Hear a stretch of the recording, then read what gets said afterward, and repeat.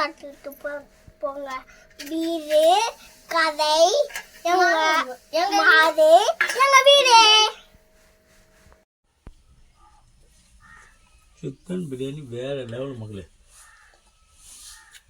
இந்த மாதிரி டேஸ்ட் நான் எங்கேயுமே பார்த்தது கிடையாது. என் மனைவி நல்லா சூப்பராக செஞ்சு கொடுத்துருக்காங்க. நீங்களும் உங்கள் மனைவிக்கிட்ட சொல்லி செஞ்சு சாப்பிட்டு பாருங்கள் மக்களே. நீங்கள் பாருங்கள் எவ்வளோ அழகாக இருக்குது பாருங்கள்.